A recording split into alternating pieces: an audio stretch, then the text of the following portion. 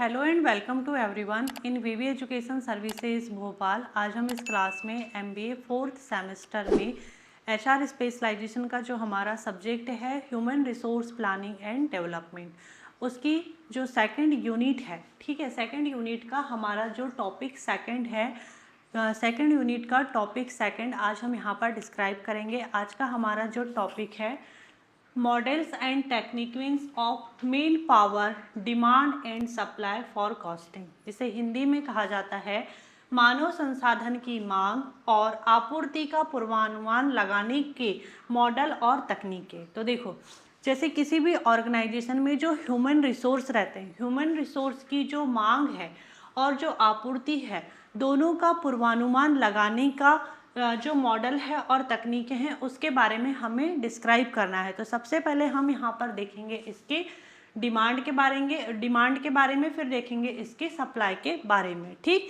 तो स्टार्ट करते हैं हम अपनी क्लास को।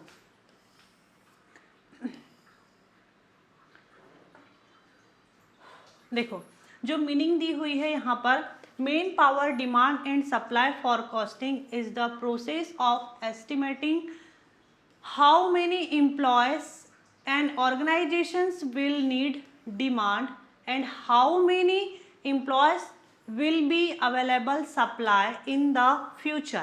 देखो, मेन पावर डिमांड और सप्लाई फॉर कॉस्टिंग वह प्रोसेस है जिसमें यह अनुमान लगाया जाता है कि फ्यूचर में, मतलब भविष्य में, ऑर्गेनाइजेशन को कितने एम्प्लॉय की आवश्यकता होगी, मतलब कितने एम्प्लॉय की डिमांड होगी और कितने एम्प्लॉय उपलब्ध होंगे, मतलब सप्लाई। तो डिमांड और सप्लाई के बारे में हमें यहाँ पर डिस्क्राइब करना है। तो जो main power demand and supply for costing process है, इस प्रोसेस में इसी चीज़ का अनुमान लगाया जाता है कि किसी भी ऑर्गेनाइजेशन में कितने एम्प्लॉय की डिमांड होगी और फ्यूचर में ही कितने एम्प्लॉय की सप्लाई होगी, इसके बारे में यहाँ पर हमें डिस्क्राइब करना है। ठीक,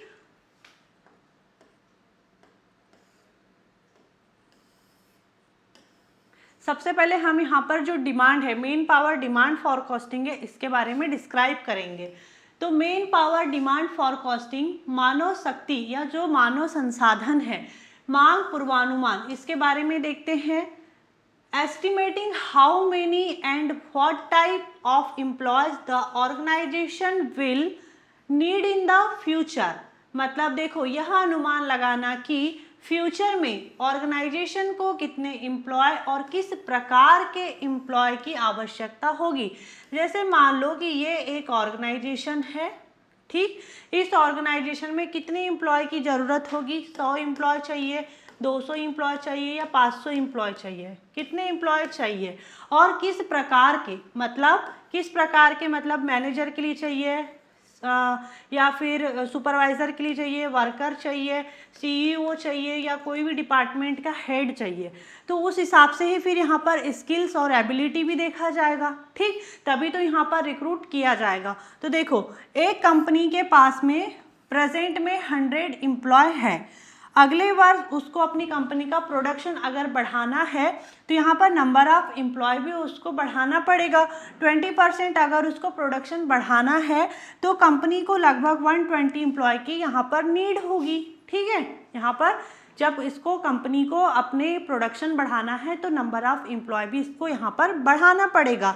तो यहाँ पर जो ह्यूमन रिसोर्स है या मानव संसाधन है, मेन पावर है, उसको यहाँ पर कहना चाहिए कि कितनों की मांग होगी, इसका पहले से अनुमान लगाया जाता है। जैसे यहाँ पर एक मतलब ऑर्गेनाइजेशन में फ्यूचर में यहाँ पर कितने एम्प्लॉय और किस प्रकार के एम्प्लॉय की आवश्यकता होगी, इसी के बारे में बात की जा रही है। जैसे यहाँ पर बोला भी गया कि कंपनी के पास में प्रेजेंट में 100 एम्प्लॉय है, लेकिन उसको अपना प्रोडक्शन बढ़ाना है। अब कंपनी को तो भाई प्रोडक्शन बढ़ाना है तो यहाँ पर जो कंपनी है, कंपनी को अपने नंबर ऑफ एम्प्लॉय भी बढ़ाना पड़ेगा। ठीक, तो यहाँ पर कितने एम्प्लॉय है और भविष्य में कितने एम्प्लॉय की ज़रूरत होगी और किस प्रकार की एम्प्लॉय की ज़रूरत होगी, इसी को कहा जाता है man power demand for costing.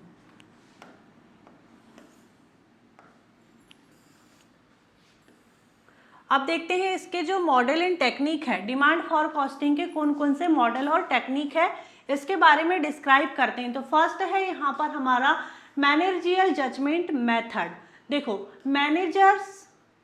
Managers estimate future main power need based on their experience.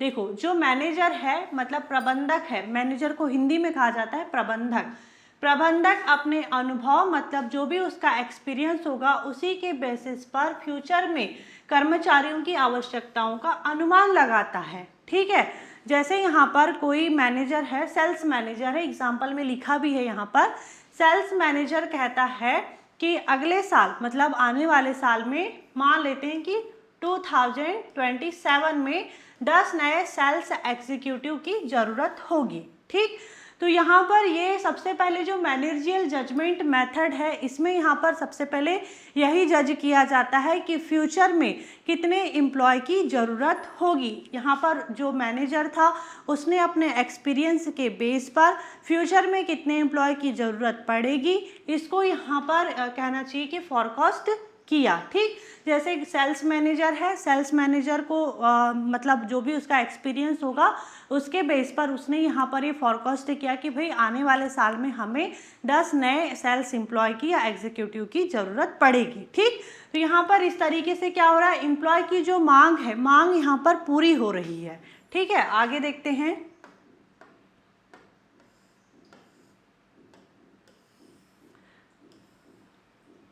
Workload analysis method. अब देखो, इस मेथड में क्या होता है, man power requirement is calculate based on workload.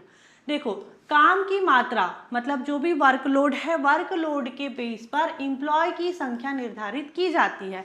Normal सी चीज़ है ये तो कि अगर काम कम है तो एम्प्लॉय भी कम रखे जाएंगे, और अगर एम्प्लॉय ज़्यादा रहेंगे तो यहाँ पर नंबर ऑफ एम्प्लॉय भी बढ़ा दिया जाता है। यहाँ पर वही चीज़ बोला जा रहा है कि वर्कलोड को एनालिसिस करके भी हम यहाँ पर जो एम्प्लॉय है, एम्प्लॉय की मांग को या डिमांड को फुलफिल कर सकते हैं। जैसे यहाँ पर बोला जा रहा है कि जो काम की मात्रा है मतलब वर्कलोड है, उसके बेसिस पर एम्प्लॉय की संख्या निर्धारित की जाती है। जैसे एग्जाम्पल में है, यदि एक एम्प्लॉय पर डे 50 यूनिट बनाता है और कंपनी को 500 यूनिट बनानी है, तो वे उसको 10 एम्प्लॉय की और नीड होगी, तब तो जाकर के उसका जो ये टारगेट है 500 यूनिट का वो कंप्लीट होगा। तो ये यहाँ पर वर्कलोड के हिसाब से मतलब वर्कलोड को एनालिसिस किया गया और उसके हिसाब से फिर यहाँ पर जो मेन पावर है, मेन पावर की डिमांड को यहाँ पर फुलफिल किया जाता है।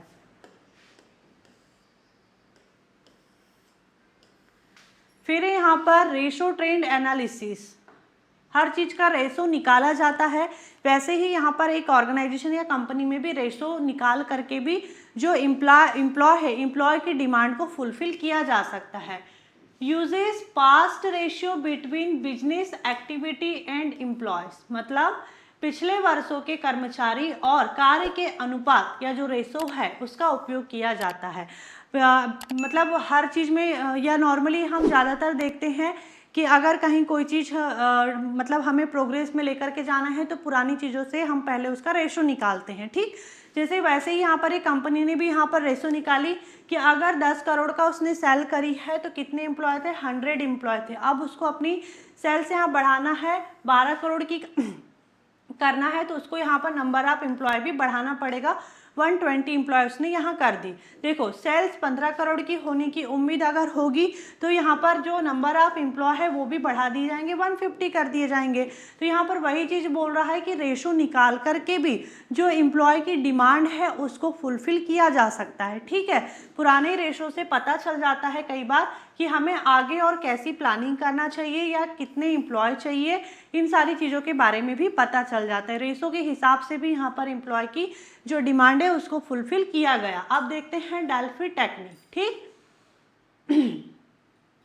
A group of expert independently give forecast and a final assessment is prepared. विशेषज्ञों की राय लेकर के, मतलब जो भी एक्सपर्ट होंगे, एक्सपर्ट की राय लेकर के फ्यूचर की जो HR कहना चाहिए, जो HR आवश्यकता या कहना चाहिए कि HR नीड्स है, ह्यूमन रिसोर्स नीड है या मेन पावर नीड है, उसको एस्टिमेट किया जा सकता है या फॉरकास्ट किया जा सकता है। जैसे कि HR एक्सपर्ट है, क्योंकि ये जो भी सारे काम यहाँ हो रहे हैं मतलब ह्यूमन रिसोर्स की जो भी डिमांड है, सप्लाई है, उसको फुलफिल करना, ये सारी चीज़ें HR डिपार्टमेंट ही संभालता है। तो जो भी HR एक्सपर्ट होगा, HR एक्सपर्ट की यहाँ पर राय लेते हैं और फिर वो बताता है कि अगले 3 वर्षों में 50 सॉफ्टवेयर इंजीनियर की आवश्यकता होगी।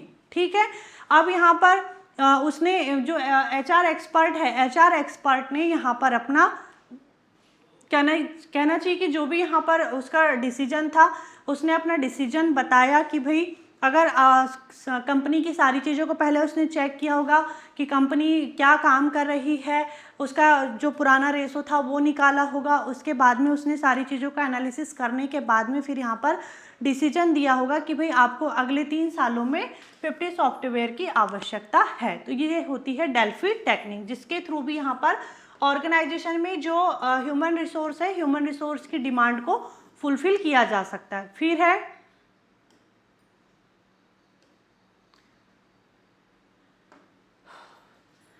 Regression analysis, statical method used to predict main power needs based on factors like sales and productions। देखो, जो सांख्यिकी तकनीक है मतलब स्टैटिकल मेथड है, इसका यूज़ करके भी जो भी यहाँ पर सेल है, प्रोडक्शन है, एट्सेट्रा के बेस पर जो एम्प्लॉय है, एम्प्लॉय की जो भी आवश्यकता है उसका अनुमान लगाया जा सकता है।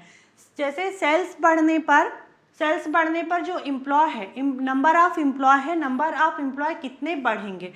जैसे अभी हमने यहाँ देखे कि 10 करोड़ की अगर सेल हो रही है तो 100 एम्प्लॉय पर हो रही है। ठीक, अगर 12 करोड़ की सेल्स हो रही है तो वो 120 एम्प्लॉय पर हो रही है।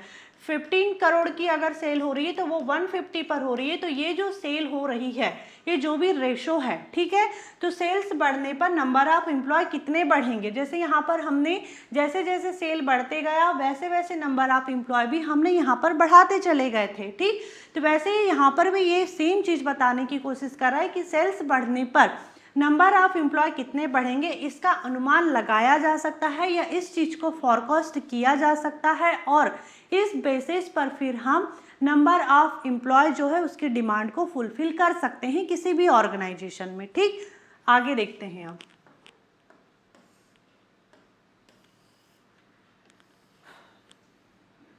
अभी हमने यहाँ पर देखे मेन पावर डिमांड फॉरकास्ट, जिसमें क्या हो रहा था कि जो मेन पावर की डिमांड थी उसको हमने कैसे फुलफिल किए उसके बारे में पढ़े। अब हम देखेंगे यहाँ पर मेन पावर सप्लाई फॉरकास्ट, मतलब मानव शक्ति, मेन पावर मतलब मानव शक्ति आपूर्ति पूर्वानुमान। ठीक, देखते हैं इसमें क्या है।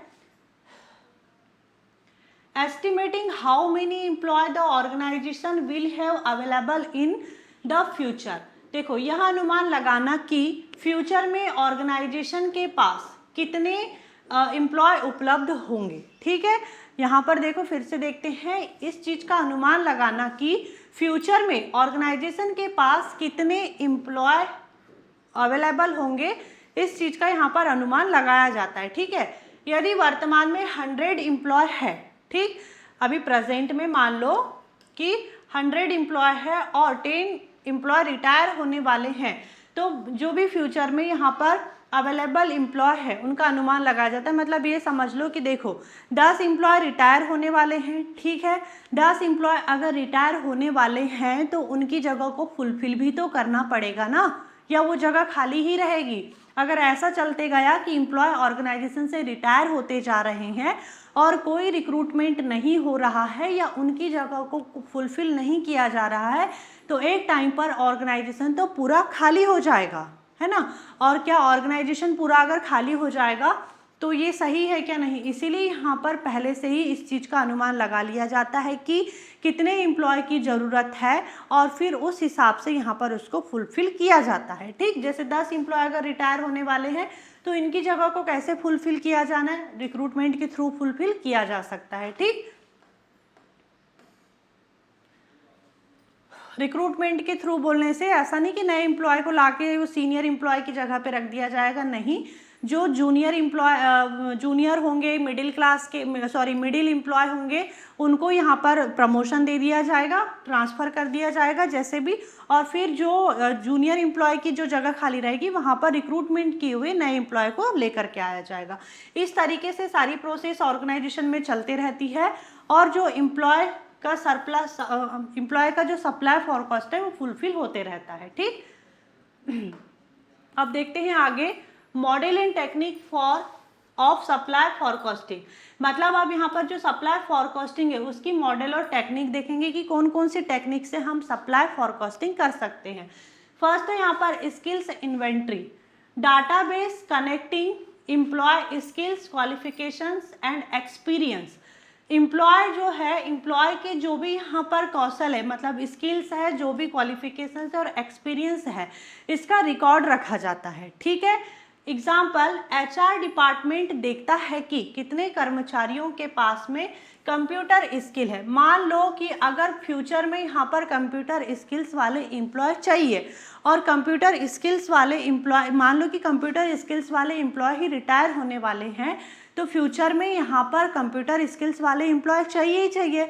तो HR डिपार्टमेंट यहाँ पर इसी चीज़ को देखता है या चेक करता है या अपने पास में रिकॉर्ड रखता है कि भाई हमारे पास में कितने कंप्यूटर स्किल्स वाले एम्प्लॉय है या नहीं है या हमें रिक्रूटमेंट करना पड़ेगा, ठीक। तो इस तरीके से क्या होता है कि जो भी यहाँ पर एम्प्लॉय जाने वाला होता है या जिसकी भी पोजीशन खाली होने वाली रहती है उसके बारे में पहले से ही अनुमान लगा दिया जाता है और यहाँ पर उसको फुलफिल करने की कोशिश की जाती है, ठीक। तो यहाँ पर क्या सबसे पहले क्या किया गया, स्किल इन्वेंट्री किया गया। मतलब एम्प्लॉय के जो स्किल्स थे, क्वालिफिकेशंस था, एजुकेशन था, एक्सपीरियंस था, सारी चीज़ों का रिकॉर्ड रखा गया और फिर यहाँ पर HR डिपार्टमेंट ने आगे देखा कि कितने एम्प्लॉय की हमें ज़रूरत है। जैसे यहाँ पर कंप्यूटर स्किल्स की बात करें तो कंप्यूटर स्किल्स के कितने एम्प्लॉय की ज़रूरत है, इस चीज़ को यहाँ पर इसने देखा, ठीक। और उस हिसाब से फिर जो सप्लाई फॉरकास्टिंग थी उसको फुलफिल किया एम्प्लॉय की। आगे देखते हैं replacement chart. Replacement chart, so who can replace की एम्प्लॉयज व्हेन दे लीव। देखो ये दर्शाता है कि किसी महत्वपूर्ण कर्मचारी के जाने पर उसकी जगह कौन ले सकता है।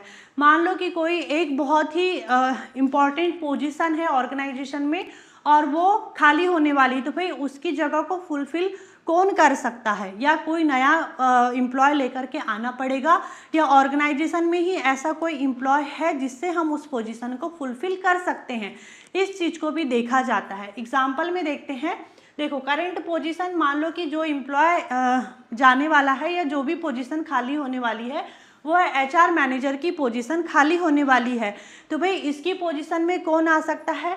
पॉसिबल रिप्लेसमेंट क्या है, असिस्टेंट HR मैनेजर जो होगा, ठीक है, असिस्टेंट HR मैनेजर जो होगा उसी को इस पोजीशन पर लेकर के आया जा सकता है और इस पोजीशन जो खाली होने वाली है इसको फुलफिल किया जा सकता है, ठीक। तो ये क्या है, एक सक्सेशन प्लानिंग टूल है, ठीक। तो इस तरीके से क्या होता है कि किसी भी ऑर्गेनाइजेशन में जो सप्लाई फॉरकास्टिंग है उसको फुलफिल किया जा सकता है। ये इसके टेक्निक है या मेथड है। ये वाला जो चैप्टर है, या कहना चाहिए चैप्टर नहीं, जो भी टॉपिक है ये थोड़ा टफ है लेकिन है इजी। अगर एक बार समझ में आ जाएगा तो बहुत इजी है, ठीक। आगे देखते हैं Markov analysis. Markov analysis predict employee movement between different job. यह कर्मचारी के विभिन्न पदों पर जाने या संगठन छोड़ने की संभावना का अनुमान लगाता है। मार्को एनालिसिस में क्या बोल रहा है ये कि एम्प्लॉय के दूसरे पोजीशन में जाने पर या ऑर्गेनाइजेशन को छोड़ने का जो मतलब कहना चाहिए संभावना रहती है उसका अनुमान लगाता है। जैसे कि करंट पोजीशन, ठीक है, जैसे कि करंट पोजीशन ऑफिसर, प्रमोशन कितने ऑफिसर्स का हो रहा है, 20 ऑफिसर्स का, स्टे कितने हैं 70% और लीव 10%। तो देखो जो 20% यहाँ पर ऑफिसर्स है अगले समय में ये यहाँ पर प्रमोशन हो जाएगा, हाई पोजीशन पर चले जाएंगे, ठीक है। फिर 70% जो यहाँ पर ऑफिसर्स है उसी पद पर बने रहेंगे, स्टे रहेंगे, और 10% जो ऑफिसर्स है वो यहाँ पर जॉब छोड़ सकते हैं, लीव ले सकते हैं, ठीक है, जॉब छोड़ सकते हैं, रिटायर हो सकते हैं या ऑर्गेनाइजेशन से बाहर हो सकते हैं, एग्जिट हो सकते हैं। तो ये सारी चीज़ें अगर पता रहेगी तो इस हिसाब से भी हम यहाँ पर जो एम्प्लॉय है, एम्प्लॉय का सप्लाई फॉरकास्ट फुलफिल कर सकते हैं। ये है एक मार्को एनालिसिस जिसके थ्रू यहाँ पर सप्लाई फॉरकास्ट करने में हेल्प होती है। फिर है सक्सेशन प्लानिंग।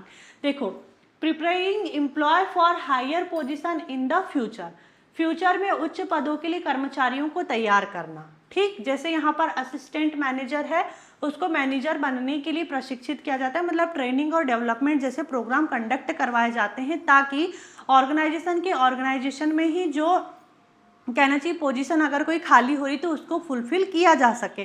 तो इस तरीके से भी क्या होता है, जो यहाँ पर एम्प्लॉय है, एम्प्लॉय का सप्लाई फॉरकास्ट किया जा सकता है, ठीक। ये भी एक इसकी टेक्निक है। फिर है वर्क फोर्स फ्लो मैपिंग। देखो, वर्क फोर्स फ्लो मैपिंग में क्या है, tracks employee movement in and out of the organisation, ठीक। ऑर्गेनाइजेशन में एम्प्लॉय के जो भी यहाँ पर प्रवेश है, मतलब कहना चाहिए रिक्रूटमेंट है, पदोन्नति मतलब जो प्रमोशन है, स्थानांतरण मतलब जो भी ट्रांसफर है, और निकास मतलब एग्जिट है, इन सारी चीज़ों का विश्लेषण या एनालिसिस किया जाता है। जैसे कि न्यू रिक्रूटमेंट, फिर जो जूनियर ऑफिसर है, फिर यहाँ पर बीच में एक मिडिल ऑफिसर भी होता है, सीनियर ऑफिसर है, मैनेजर है, सारी चीज़ों को देखा जाता है, वर्क फोर्स फ्लो मैप तैयार किया जाता है और उस हिसाब से फिर यहाँ पर जो एम्प्लॉय है, एम्प्लॉय का फॉरकास्ट, सप्लाई फॉरकास्ट फुलफिल किया जा सकता है। ये भी एक टेक्निक है कि वर्क फोर्स फ्लो मैपिंग के थ्रू भी एम्प्लॉय को फुलफिल किया जा सके, ठीक है। अब देखते हैं दोनों में डिफरेंस क्या है, डिमांड फॉरकास्टिंग और सप्लाई फॉरकास्टिंग, दोनों के बारे में हमने पढ़े। तो देखो, डिमांड फॉरकास्टिंग क्या है, how many employee are need, मतलब कितने एम्प्लॉय की आवश्यकता है, मतलब कितने एम्प्लॉय की डिमांड है, ठीक। और सप्लाई फॉरकास्टिंग में क्या होता है, how many employees are available, मतलब कितने एम्प्लॉय उपलब्ध हैं, इसके बारे में देखा जाता है, ठीक है। अब देख लेते हैं कंक्लूजन। कंक्लूजन देखते हैं, main power demand forecasting estimate the future need for employees, will main power supply forecasting estimate the future availability of employees. Together they help organization maintain the right number of employee with the right skill at the right time। मतलब देखो, जो main power demand है, demand forecasting future में employ की आवश्यकता का अनुमान लगाती है, ठीक है, कि फ्यूचर में कितने एम्प्लॉय की आवश्यकता पड़ेगी एक ऑर्गेनाइजेशन में, इसका अनुमान लगाती है। और जो सप्लाई फॉरकास्टिंग है, ये क्या करती है, फ्यूचर में उपलब्ध कर्मचारी मतलब जितने भी अवेलेबल एम्प्लॉय है उनका अनुमान लगाती है। और दोनों मिलकर क्या करते हैं, दोनों मिलकर ऑर्गेनाइजेशन को सही समय पर सही संख्या और सही स्किल्स वाले एम्प्लॉय उपलब्ध कराने में हेल्प करते हैं, ठीक। तो आज का हमारा जो टॉपिक है वो यहीं पर एंड होता है, जिसमें हमने यहाँ पर डिमांड फॉरकास्टिंग और सप्लाई फॉरकास्टिंग दोनों के बारे में डिस्क्राइब किए। I hope this topic is clear and thank you for watching this video.